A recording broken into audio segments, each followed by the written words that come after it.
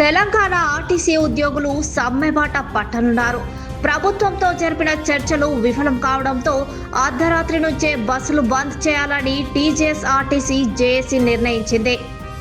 హైదరాబాద్ సచివాలయంలో RTC JAC నేతలు ప్రభుత్వం నియమించిన ఐఏఎస్ అధికారుల కమిటీ మధ్య 4 గంటలకు పైగా మారథాన్ చర్చలు జరిగాయి.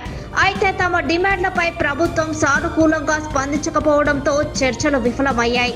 దీంతో అర్ధరాత్రి 12 గంటల నుంచి రాష్ట్ర వ్యాప్తంగా సమ్మెకు వెళ్లాలని టీజీఎస్ ఆర్టీసీ జేఏసీ నిర్ణయించింది.